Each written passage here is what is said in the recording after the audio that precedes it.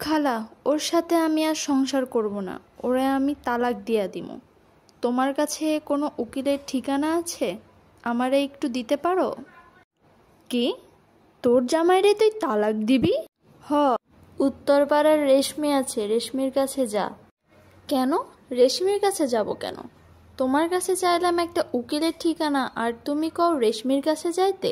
রেশমি ওর জামাইরে তালাক দিছে 1 বছর। তুই ওর কাছে গেলে সব জানতে পারবি। যা, ওর কাছে যা।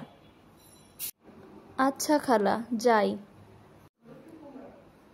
কিরে রেশমি, তুই? হাই হাই, তোর একই অবস্থা। কপালের মধ্যে এটা কি হয়েছে তোর? আরে কিছু না, কাম করতে গিয়ে লাগছিল। তুই এইদিকে কি লেগা? কোনো কামে আইসোস? না, আইলাম তোরে একটু দেখতে। চেহারা এমন হয়ে গেছে কেন তোর? তুই এত কালো হয়ে গেছিস কেন? এত সুন্দর একটা মেয়ে। হ, সুন্দর একটা মায়া ছিলাম। কাম করতে করতে এমন হয়ে গেছি। রোদ্রে থাকি, চুলার পাড়ে থাকি, সব কাম করতে হয়। তুই কি কি কইছিলি ক? আইছিলাম তোর কি অবস্থা দেখতে। শুনলাম তোর নাকি তালাক হয়ে গেছে। হ, তুই ঠিকই শুনছস। আমার তালাক হয়ে গেছে, মানে আমি তালাক দিয়া দিছি। কেন? আমি তো চিন্তা করছিলাম আমিও আমার স্বামীকে ডিভোর্স দিয়ে দিব। কি কস? তুই ভাইবা চিন্তা কথা কইতাছস তো? এই কাজটা ভুলেও করিস না। তাইলে শোন, এই যে আমার খুব সুন্দর চেহারা, আমি একটা সুন্দর মায়া ছিলাম। হ্যাঁ, আমি আমার বাপের একমাত্র মেয়ে। বাবার বাড়ি রাজকন্যা ছিলাম। বিয়ের বাড়ি মানে বিয়ের পর স্বামীর রাজনারী হয়ে থাকতাম। পরে ছোটোখাটো বিষয় নিয়ে ওর সাথে আমার অনেক ঝামেলা হতো। সামান্য বিষয় নিয়ে আমি ওর সাথে খুব চিল্লাপাল্লা করতাম। ও সব কিছু সহ্য করতো, কখনো কিছু বলতো না আমাকে। আস্তে আস্তে আমাদের ঝগড়া আরও বাড়তে থাকে।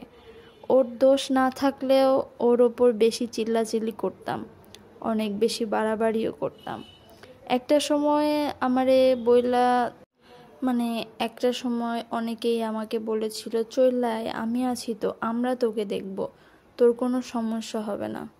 সবাই বলতো চলে আই, রাজকন্যার মতো থাকবে আমাদের বাসায়। কিন্তু দেখ এখন আমার অবস্থা। ও কিন্তু সুখেই আছে, খুব ভালোই আছে, কিন্তু আমি এখন কাজের মেয়ে হয়ে গেছি। বাবা মা ভাই সবার কাছে বোঝা হয়ে গেছি। এখন মানুষের বাসায় কাজ করি। যদি ঠিকঠাকভাবে কাজ না করতে পারি, তাহলে আমাকে হয়তো খাইতেও দেয় না, আবার ধরে মারে। আমি ভুল করেছি, ওই ভুলটা তুই আর করিস না। তুই ডিভোর্স দিস না। এই সমাজে একবার বিয়ে হয়ে গেলে, ডিভোর্স হয়ে গেলে সেই মেয়েটার কোনো মূল্য নেই। তাই তুই এই ভুল কাজটা কখনোই করিস না। সবাই তোর পাশে থাকতে চাইবে, কিন্তু সময় মতো আপন মানুষগুলোই পর হয়ে যাবে। ঝগড়া হলে মানিয়ে নিস, কিন্তু এই ভুলটা কখনো করিস না বোন।